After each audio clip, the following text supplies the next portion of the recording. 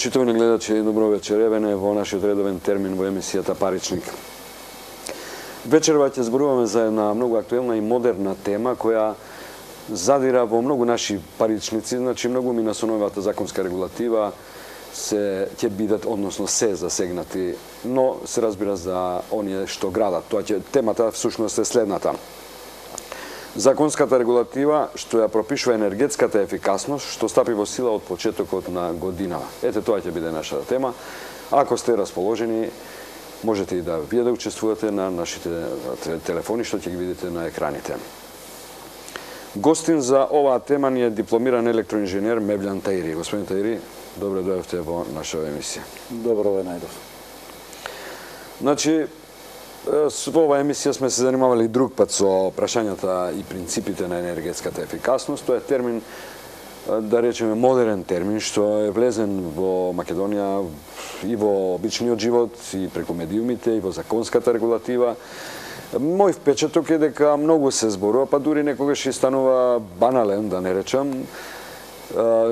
Што мислите, дали тоа е одраз на една култура во таа област, на едно ниво достигнато во таа област, во принципите на енергетската ефикасност, или мене така ми се чини? Јас ќе си дозволам да ви кажам дека сепак ви се чини. Јас лично, како личност кој што е малку повеќе заинтересиран за ефикасното користење на енергијата, односно на сите видови на енергија, иако кај нас претежно кога зборуваме за енергија се мисли на струјата и на нафтата. Но во едно модерно општество енергијата, дури според моje мислење, заслужува многу повеќе внимание, ако не повеќе, тогаш барем колку и храната.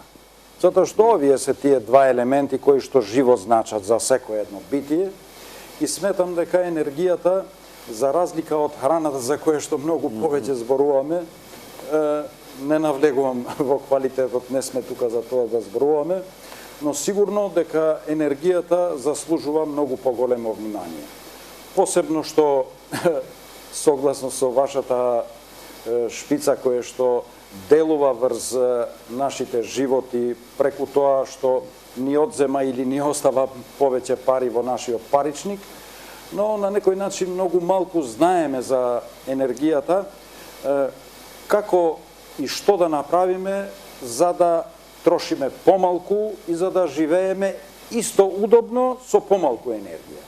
Тоа е главното прашање кое што човештвото го има поставено пред себе. Ќе ми дозволете само уште повелете слободно, реченица да кажам.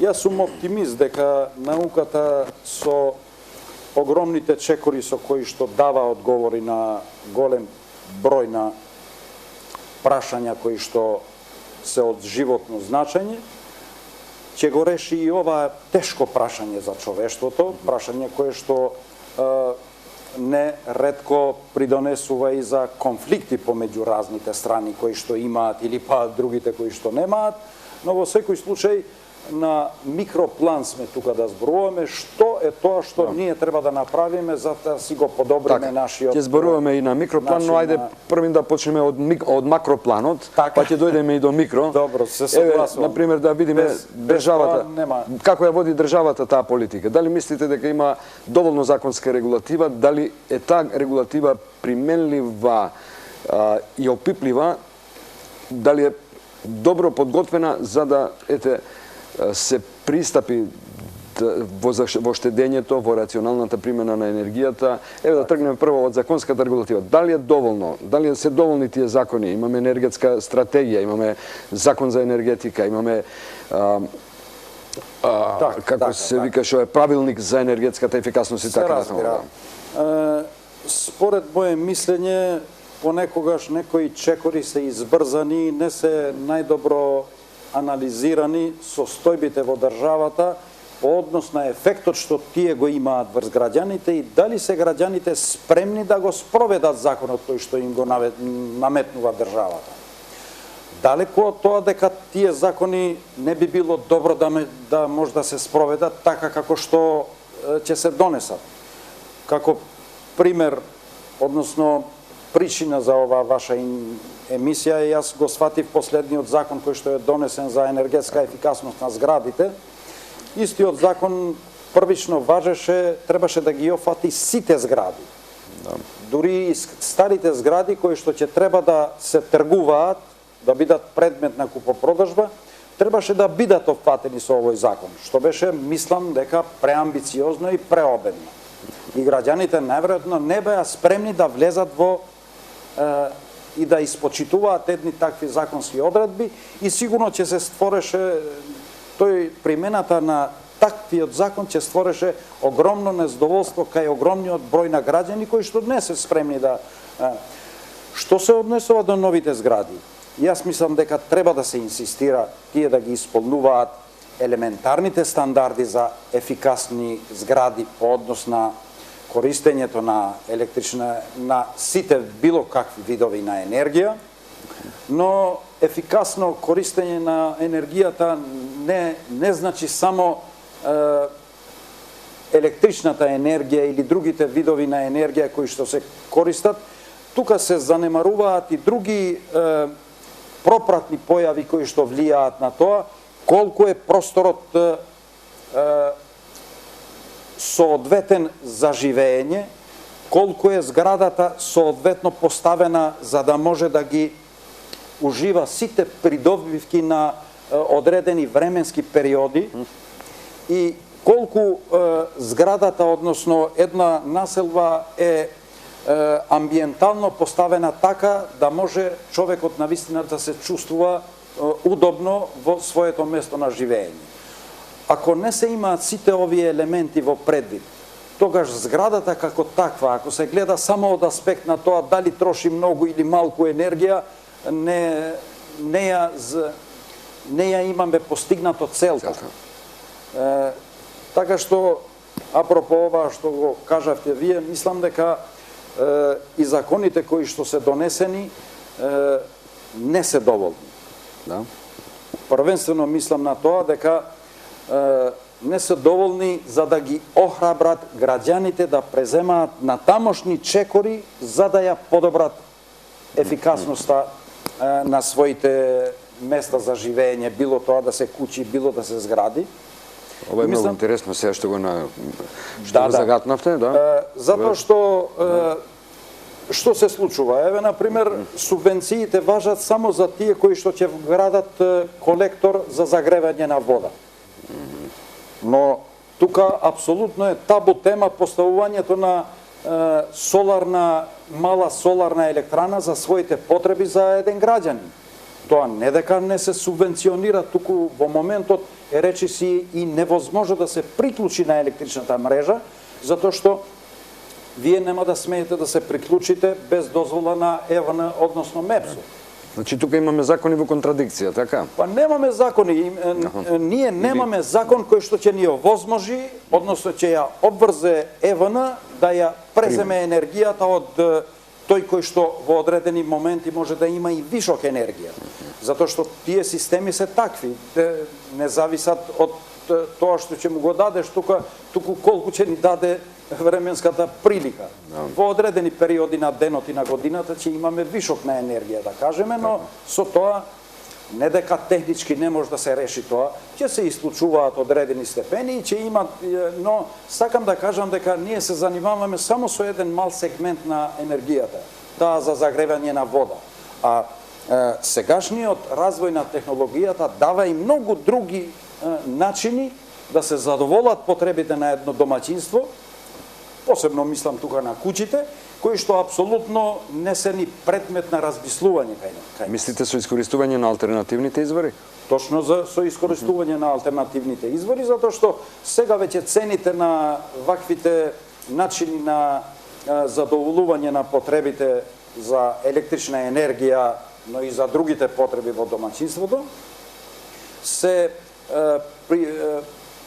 такви да може да ги поднесе едно домаќинство. Сакам да кажам, сега веќе една мала централа која што ќе ви даде едно 3 киловати на ден, да кажеме, или дури и 5, зашто да не, може да се изгради со едно 10.000 евра. ја ви гарантирам дека секој кој што ќе изгради нова куќа ќе потроши за системот за грејење многу повеќе.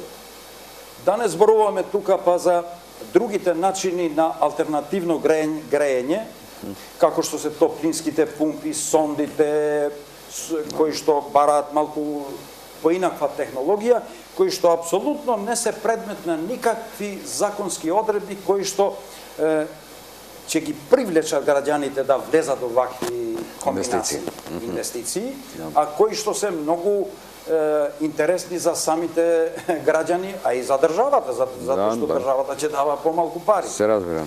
Па да не зборуваме понатака веќе ако се шириме, ако одиме на микропланови, тогаш ќе дојдеме и до можностите кои што веќе технологијата ги дава за користење на геотермалните води. Геотермалната енергија, која што во длабината на земјата на 2500 метра се извекува со одредена технологија и веќе цели населби во Париз, во Берлин, во Лос Анџелес, например, на овој начин се загреваат. И тоа без никаков трошок. Навистина, првичната инвестиција е малку поголема, но 5000 евра, како што ви кажав, кажете ми дали една куќа може да направи систем за грејење, нова куќа со 5000 евра? Не може. Така што мислам дека сите овие работи треба да се третираат од страна на тие што носат закони и да ги стимулираат. Сакам да кажам да даваат субвенции и за соларните, и за тие што ќе сакат да вградат соларни фотоволтаици на своите покриви, да покрај водата во одредени периоди на денот не трошат енергија од системот, туку напротив дури да може да враќаат на системот. Се разбира, тука ако биде сега некој друг експерт кој што се разбира во наводници подобро од мене по овие прашања, ќе може да контрира, ќе каже дека тој систем е многу нестабилен, дека не може да се предвиди, дека сите тие работи, но добро види, има општ консензус дека користењето на алтернативните, дека иднината на решавањето на проблемот со енергијата е токму користењето на алтернативните извори. Тука нема дилема. Сакам да кажам дека токму прашањето на експертите е да ги решаваат овие проблеми кои што искрснуваат, а не веднаш да заземеме негативен став и да бегаме од ваквиот начин на решавање на овие проблеми. Добро, да се вратиме сега на ова законската регулатива што почна да функционира од 1 јануари оваа година, односно градење по принципите на енергетската ефикасност на новите згради. Претпоставам тоа многу ги интересира инвеститорите, граѓаните што сакаат да градат нови куќи, со каква нова дополнителна обврска ќе се сретнат во градбата, во финалната градба. Значи, ако можеме тоа да им го објасниме, се надевам дека и ќе предизвикаме интерес некој да ни се јави и да не праша нешто. Значи, со што ги обврзува сега законот новите инвеститорите на нови градби во индивидуалниот сектор?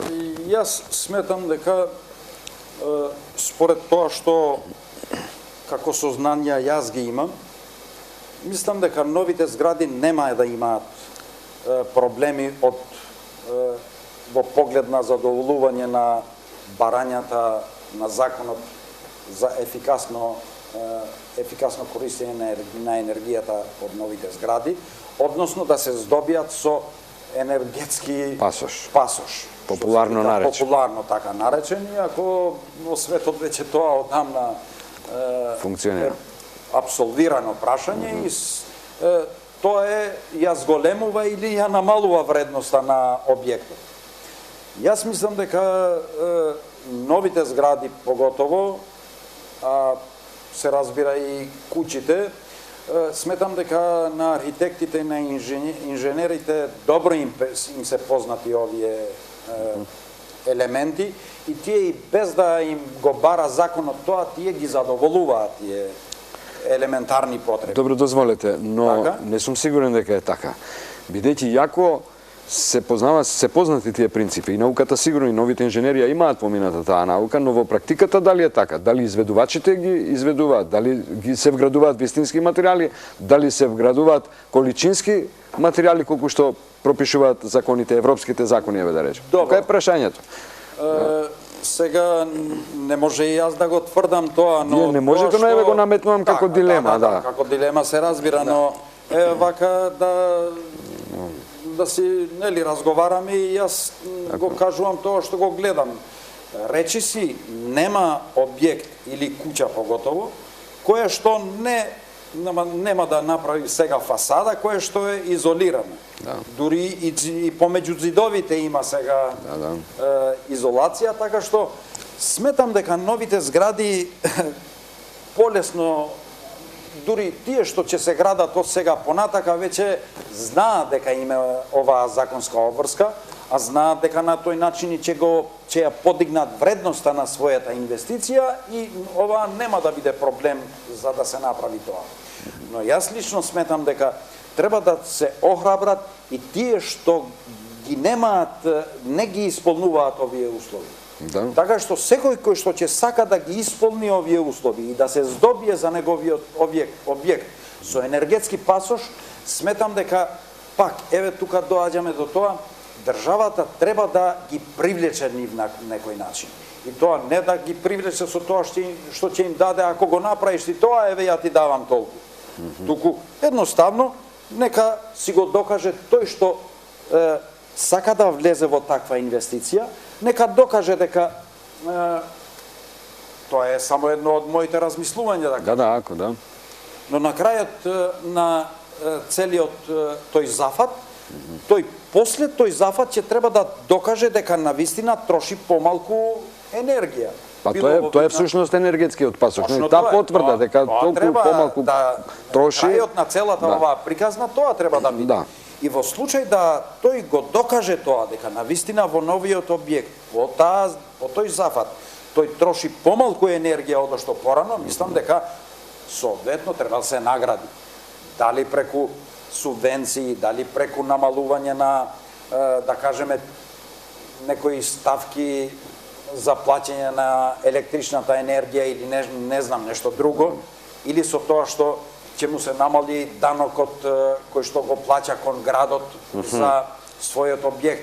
Но на некој начин мислам дека треба да стане привлечна оваа приказна за граѓаните, а не да го сватат граѓаните како некој издаток кој што не се враќа. Па добро, видете, значи граѓаните се плашат од секоја нова наметка, законска наметка, бидејќи знаете, мислам општо познато е дека живееме во огромна економска криза и луѓето со секоја нова законска одредба си велат уште една давачка, но затоа ние ги правиме овие емисии популарни да ги информираме што повеќе граѓаните каде е излезот, значи каде, нели, добро. Зошто е добро, дали е добро, дали е лошо, дали се исплати таа инвестиција. Мислам дека добро е и се исплати таа инвестиција и секој кој што може да си ја дозволи. Треба да го направи тоа. А јас мислам дека секој кој што нормално си го живее животот, троши одредена сума на пари за енергија. Лесно се прават пресметките. Секој еден кој што ќе вложи во објект кој што не ги задоволува стандардите кои што се пропишани, со одредени интервенции може лесно да се свати како инвестиција таа. Која се враќа, која потоа во заштита на енергија се враќа. Еве вака да ви кажам само еден пример, малку се работи за поголем објект, но во Штуловиот универзитет имам еден пријател кој што работи таму, кој што премина од грејење со масло на грејење со пелет. Мислите на мазут грејење, од грејење на мазут? Не, на нафта. Туку на нафта, аха. Добро. Не на мазут. Мазутот е малку потешка приказна. Аха, добро. Значи, со само тоа тие постигна заштеда на годишно ниво од околу 100.000 евра. Тоа е огромна сума, да. Огромна сума на пари и веќе за првата година нивните пресметки покажуваат дека за 4-5 години ќе се исплати инвестицијата. И понатака рачунајте дека ви се враќаат пари на вас. Така што сметам дека и тука сега веќе малку поинаку треба да се размислува, да се инвестира малку, дури и да се земе кредит со поволна камата. Денеска баш видов дека Алфа банка дава кредит со точно за оваа намена 5 годишна со 4,4%. Така. Извинете, режијата Да? да даде знак дека имаме гледач. Ако имаме да го вклучиме. Да? Дали имаме гледач? Чути се. Да, ако имаме гледач, ве слушаме, повелете. Добро вечер. Добро вечер. Сакам да прашам, се јавувам, јас сум од Македонски Брод со село Близанско, езерото кај што е. Близанско. Да, езерото Козе кај што е. Порече. Да, порече. Одлично. А живеам во Брвеница Тетово. Аха, во Брвеница. Зошто таму 8 години не сум поиден, уличните, за улично, пошто не сум платил, исклучена ми е струјата. Аха. Јас не може да поидам бидејќи ете имам некој проблем, болен човек, жената Добро. дислогирана. Видете, сега- Сега исклучена целосно, Добро.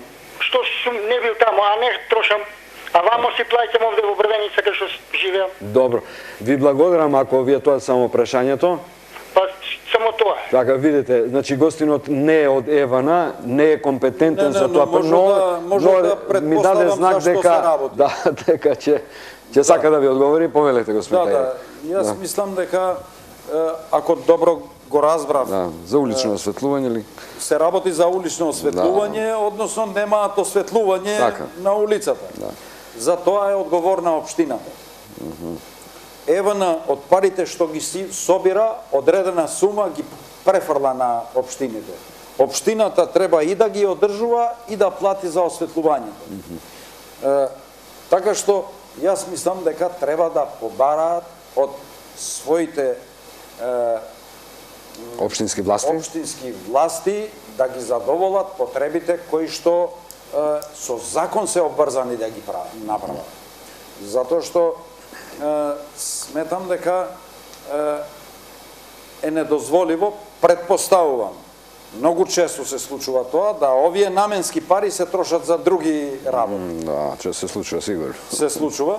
Така што јас мислам дека треба да инсистираат и да бараат, и ако бараат, сигурно ќе дојдат до тоа што... Видите, господин Тери, и ова прашање е врзано со принципите, со прашањата на енергетската ефикасност. Бидејќи има општини кои ги имаат решено уличното осветлување со фотоволтаици, нели?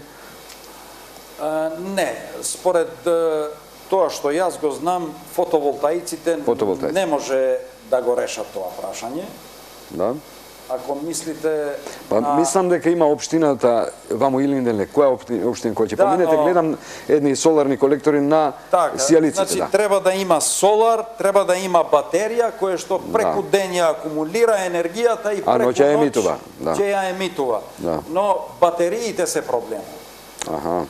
Затоа што батеријата има одреден рок на траење, одредено време колку пати може да се полни и да се празни.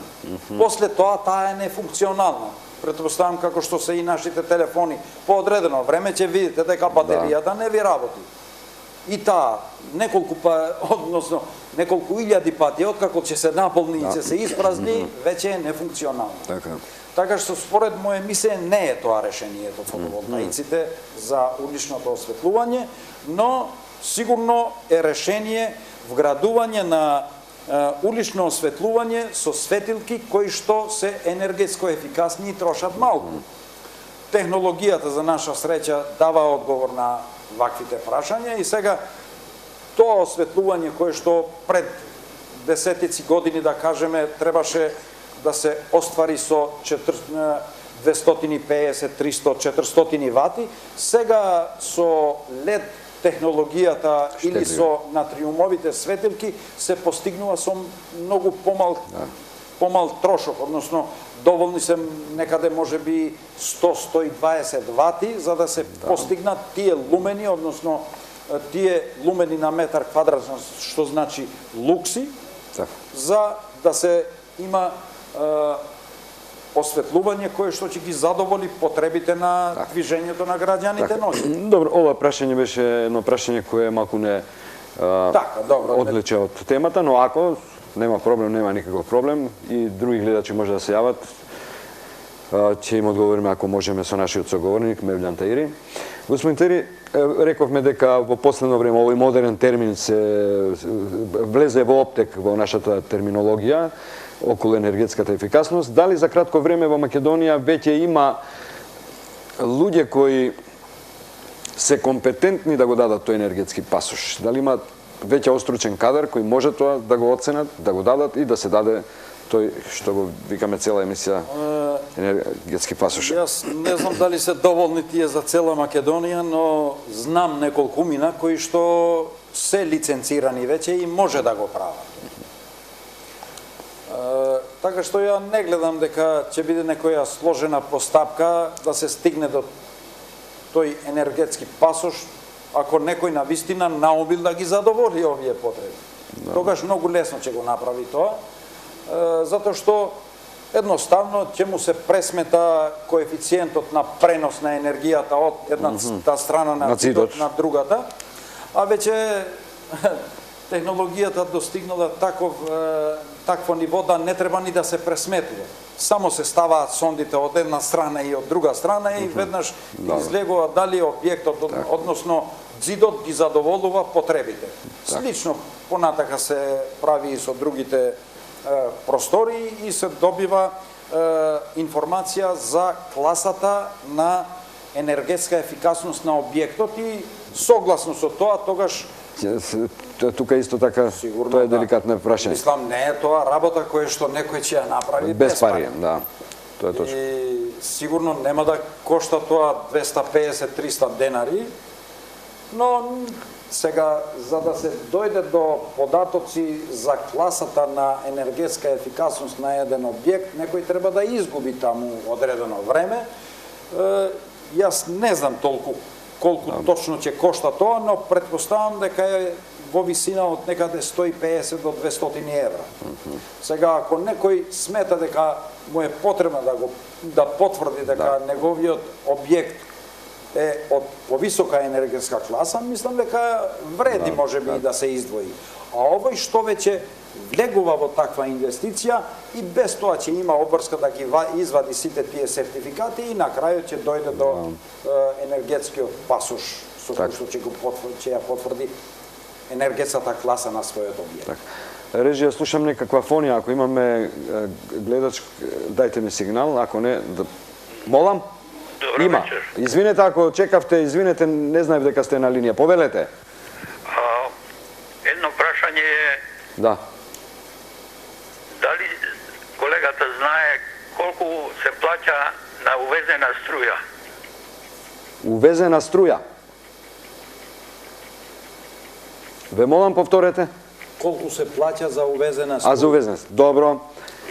Видете, значи тоа е врзано со прашањето за Еден делегат во собранието го чув еднаш, не знам дали е исправно тоа што го кажа, дека увезената струја чинела од 50 до 70 центи, евроценти по киловат сат.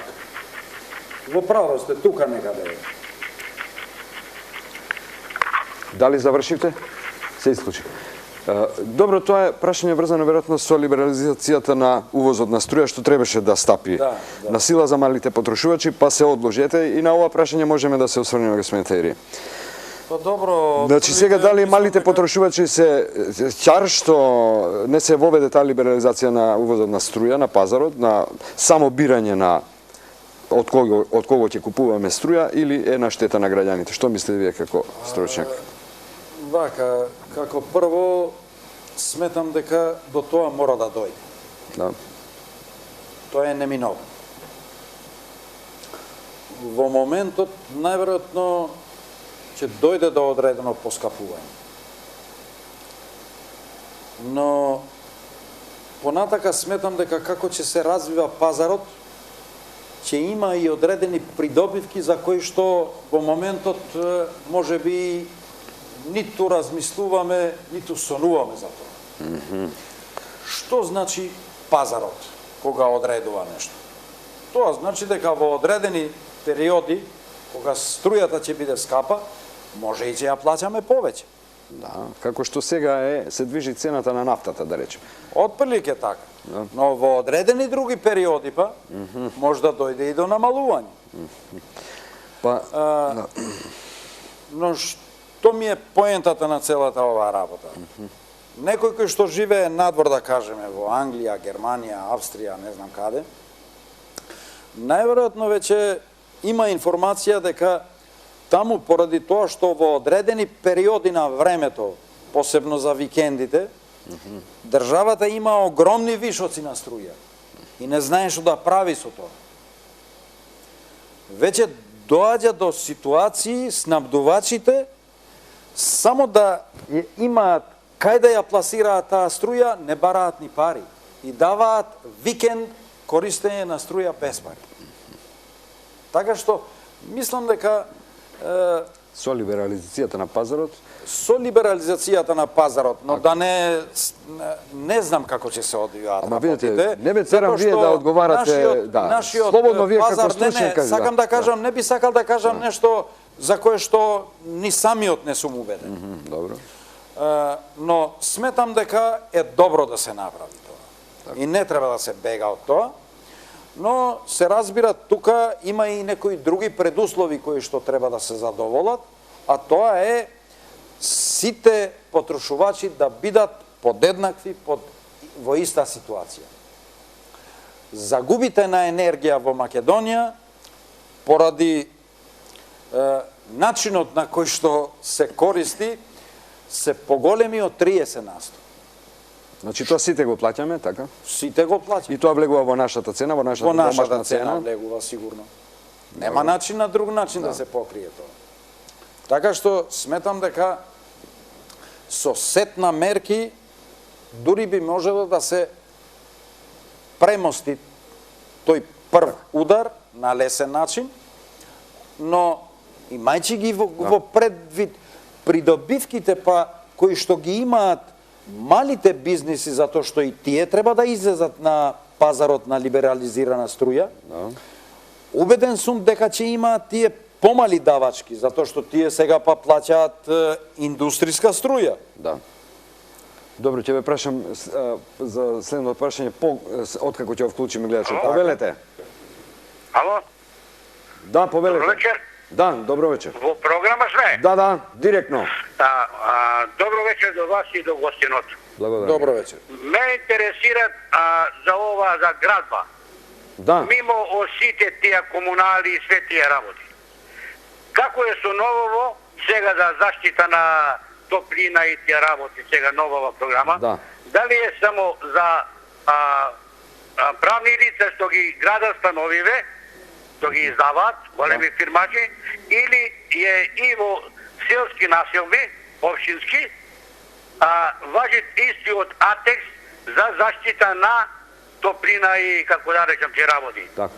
Ме интересират дали мораме тоа да го направиме мимо одобрене за градба, локација и све тие работи што требат, комунали, или пак можеме да влеземе со тој атекс да го платиме морално према сите овие документи за една индивидуална зграда, куќа да направиме во, да речам, по Шарпланина. Јас се јавив и пред некое време во ова исто емисија.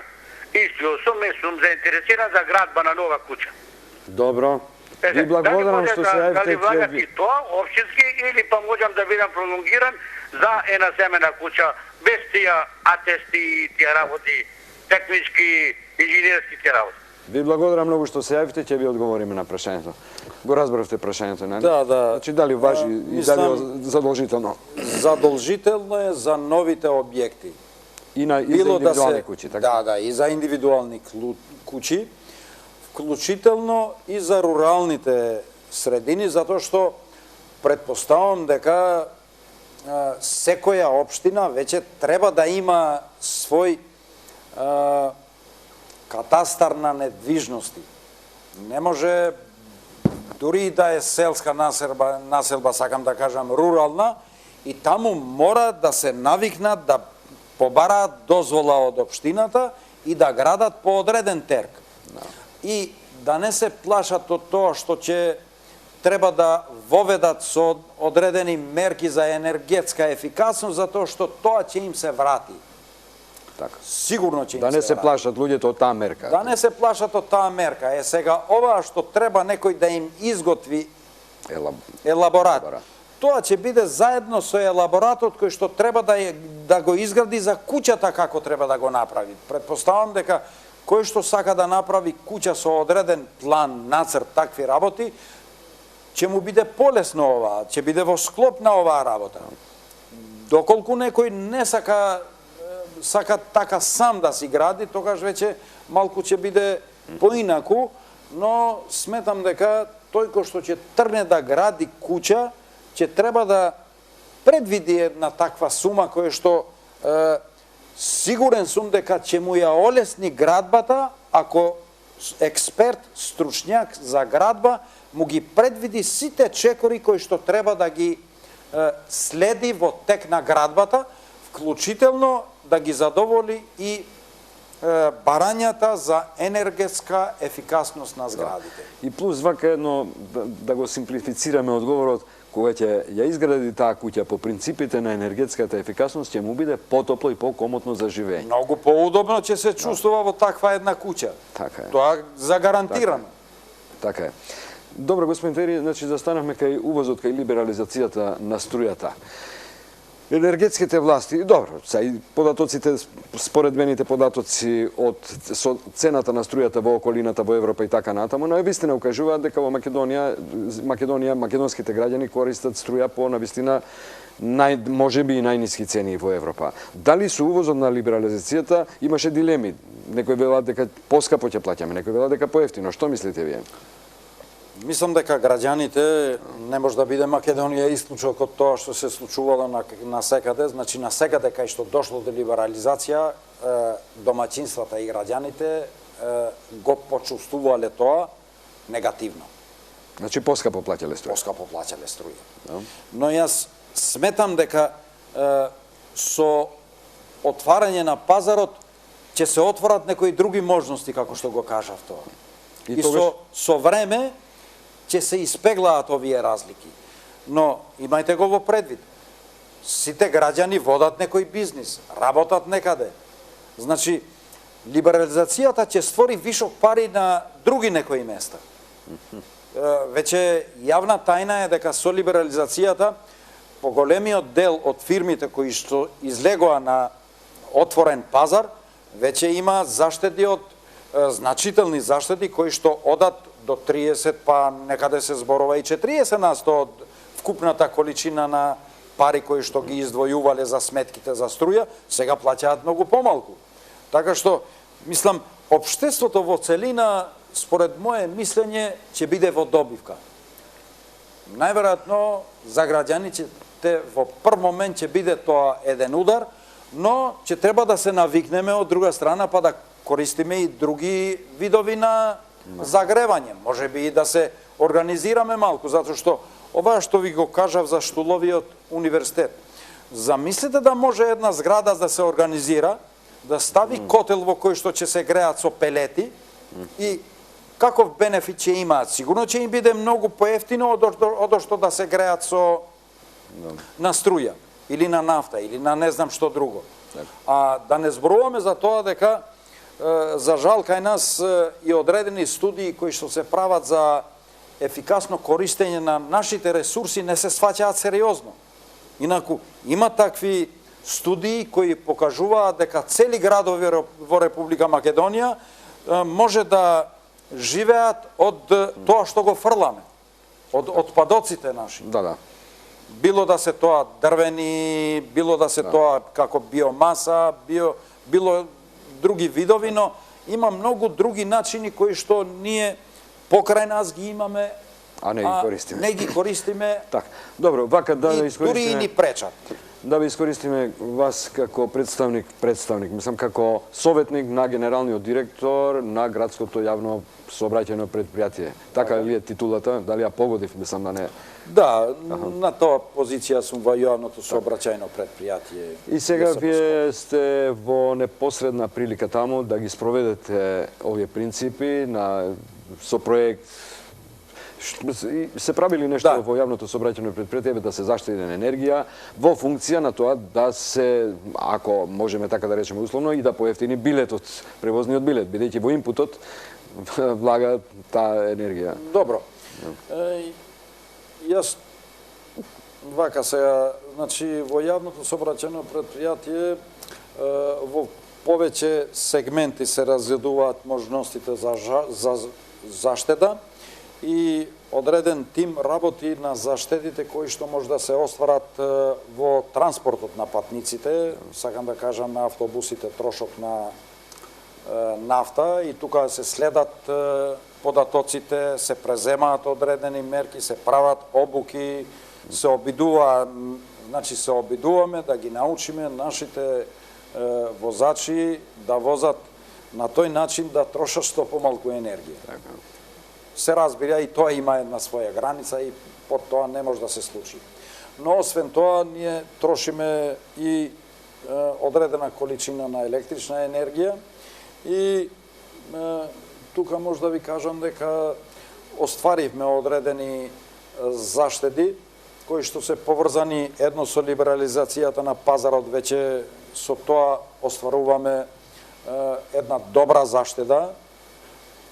Второто е што забележавме дека дававме одредени суми на пари за реактивната енергија, за тие кои што не знаат, не мора и да знаат, значи освен активната енергија која што придвижува, има и реактивна енергија која што се зема и се враќа на мрежата, но и за тоа кога ја преземаш повеќе од тоа што е дозволено со правилникот за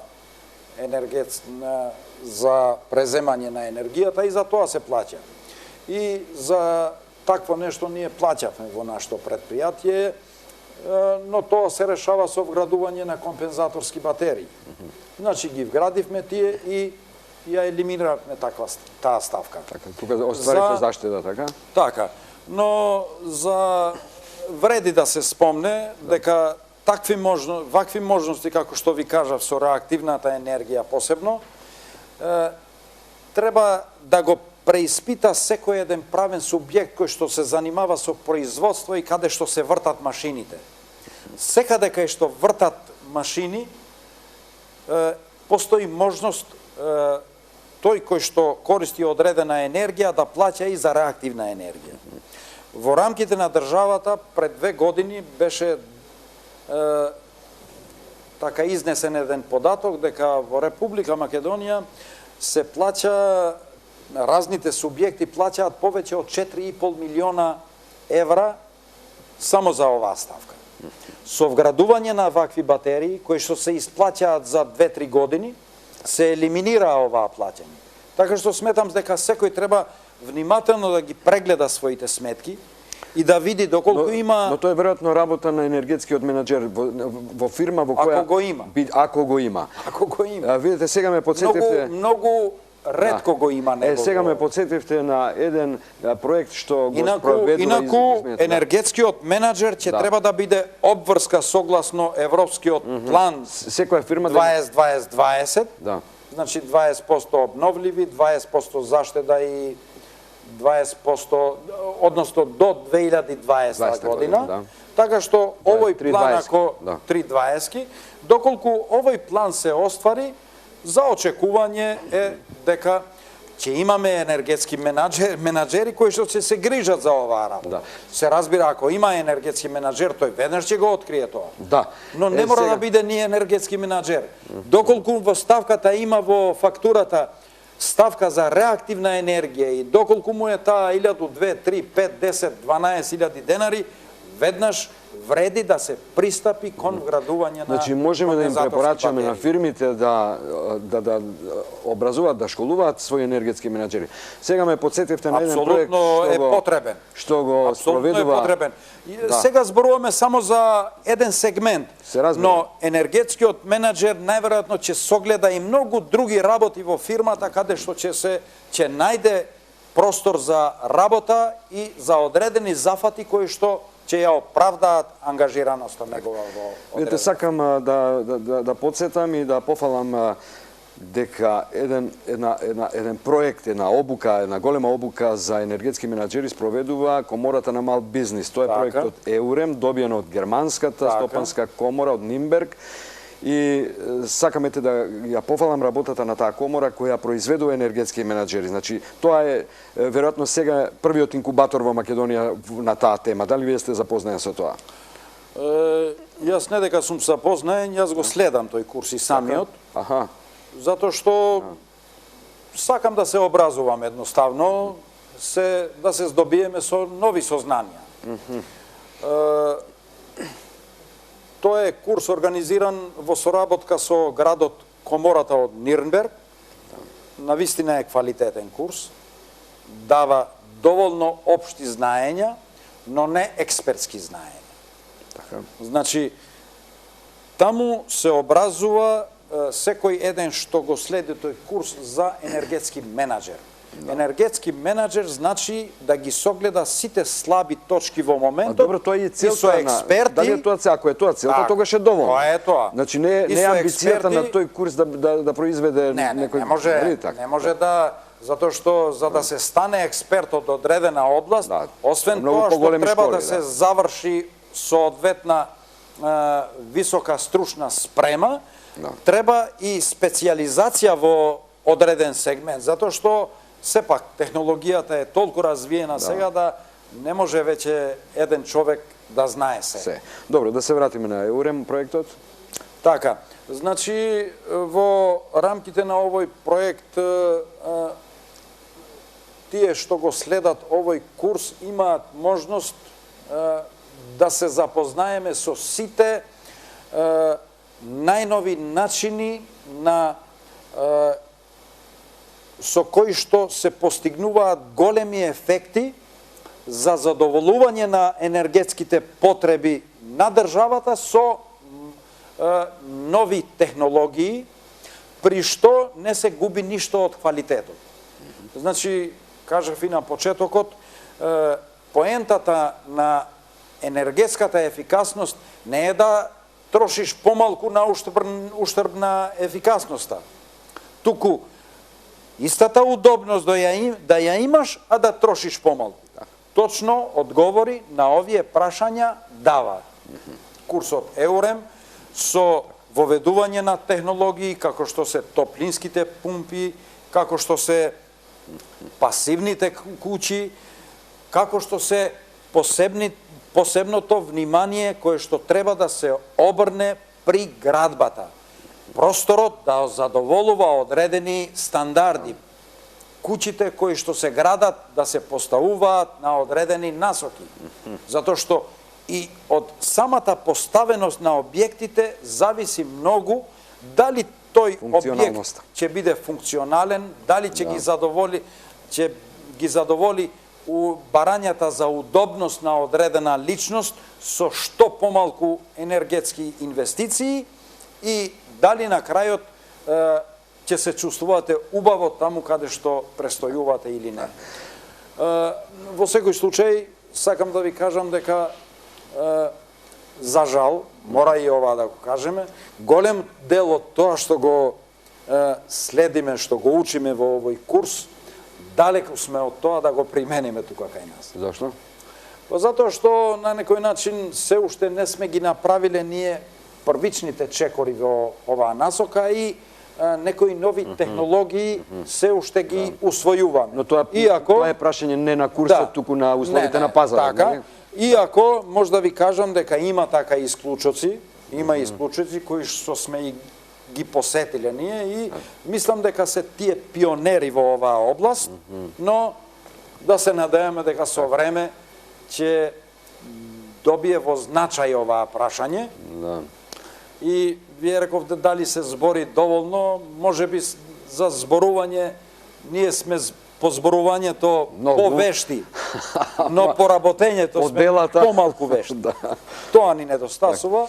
Да се надевам дека... Ево уште едно 3-4 минути имаме, до сега 50 на минути разговараме. Вие доаѓате од големо предпријатие.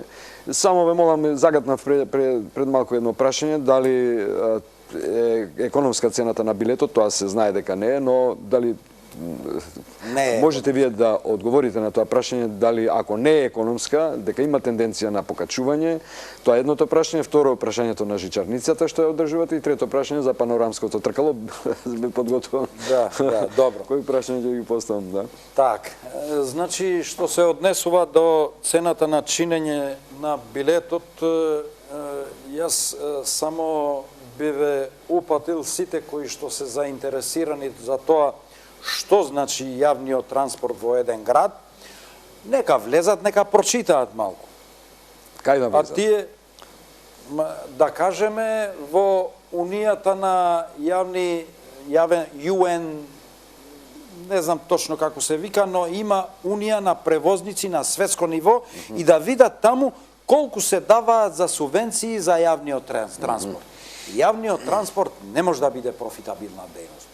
Доколку се има за цел задоволување на потребите на граѓаните. Сакате да кажете, тоа е социјална мерка. Тоа е социјална. Не е социјална мерка. Зошто не може да биде задоволување на социјален аспект на движење на луѓето. Не значи социјална потреба само да јадеш и да пиеш. Понекогаш имаш потреба и да се движиш до некаде, да сретнеш некого, да видиш некој филм, да одиш во театар. Социјала се е тоа, а не е социјала само да дадеш социјала некому да јаде и да пие.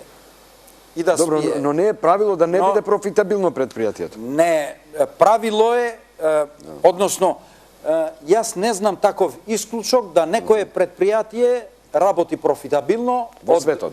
Да, во светот. Јас не знам такво нешто. Имаше еден ваков обид во Лондон во времето на челичната лејди Тачер, да го приватизираше предпријатието. Јавниот транспорт во Лондон. Но многу бргу видоа дека се на погрешна насока. Дека тоа не е нешто што може да функционира профитабилно и си го вратија и сега од тогаш понатака градот Лондон го субвенционира, го финансира тоа, така што и тука мора на тој начин да функционира предпријатието, затоа што покрај нерентабилните линии кои што ги имаме. Затоа што не се сите линии полни со патници, има и линии кои што можеби се движат автобусите со 20, 3 или 5 патници. Но мора да вози, додади ги тука билетите на учениците и на пензионери, односно везењето на учениците и студентите кои што владата го субвенционира, односно градот. Но тие субвенции се далеку од тоа да ги задоволуваат, да го задоволуваат реалното чинење на билетот, нереалната конкуренција од приватниот сектор кој што го избегнува исполнувањето на своите обврски кои што му се препишани и недодефинираниот однос помеѓу јавниот сектор и приватниот сектор во јавниот превоз и веќе доаѓаме во ситуација да предпријатието не може да функционира без помош на градот, односно на државата. Се разбира, секогаш има простор за подобрување на работењето, но тоа е веќе прашање на менаџерите. Колкава загуба ви прават пензионерите, бесплатното возење на пензионерите? Не може да, навистина не може да изнесам некој податок колку тоа би изнесувало, но ако се земат во предвид субвенциите што градот ги дава до предпријатието, кои што изнесуваат околу 2 милиони евра, мислам, со сите по разни начини што се даваат, може да се смета дека не само пензионерите, туку и другите категории на граѓани кои што се возат со повластени цени, да кажеме и студентите, например, плаќаат 1050 денари. Зарем навистина мислите дека еден месец возење во градски автобус реална цена е 1050 денари? Оваа сума 2 милиона што ја спомнавте за кој период? Годишно е тоа? Годишно е тоа. Годишно. Така што навистина за да може да се задоволат потребите за нормално работење на предпријатието, потребна е таква една субвенција и без тоа предпријатието тешко дека ќе работи. Иако ја ви кажувам дека раководството на предпријатието бара начин да го подобри своето работење, но влијанието на надворешните фактори многу често е изразено на тој начин што не можеш да правиш се само низ призмата на профитот. Понекогаш мора да го согледаш и другиот и другата димензија. Колку инвестиравте во жичарницата на водно? Како ја се одржува, колку е трошок на јавното? Ние не инвестиравме ништо таму. Градот го правеше, нели? Да. Но ваша обврска да ја одржувате ништо? Сега ние сме ја презеле жичарницата и да видиме сега. Рано е уште да се каже. Во првите моменти имаше многу голем интерес од граѓаните да се качуваат горе. Но треба тука, за да може да функционира како што треба целата ова жичарницата, мислам, со јавниот превоз, треба нешто да се направи, затоа што баш во деновите на викендите таму се ствара таква гужва, таква бркотница е, речи си автобусите на нашите автобуси, речи си се оневозможни да стигнат до таму. Па и кога ќе стигнат поради паркираните возила не може па да се вратат лесно, така што навистина ова е малку несредена состојба и јас се надевам дека тука некој ќе собере храброст да ги спречи возачите да се искачат догоре. Тие треба да се качат, тие што наумиле да се качат до водно, треба да се качуваат со автобуси или пешки. Само со еден збор, еве, добивам... Не, па имаат и автобуси тие. Да. Добивам од држијата знак дека веќе сме на крај. Само уште еден збор, со една реченица, ако можете да ми одговорите. Значи, сега вие сте инвеститори на панорамското тркало. Дали, некако мислам дека со не толку расположение јавното предпријатие ја прифаќа таа обврска.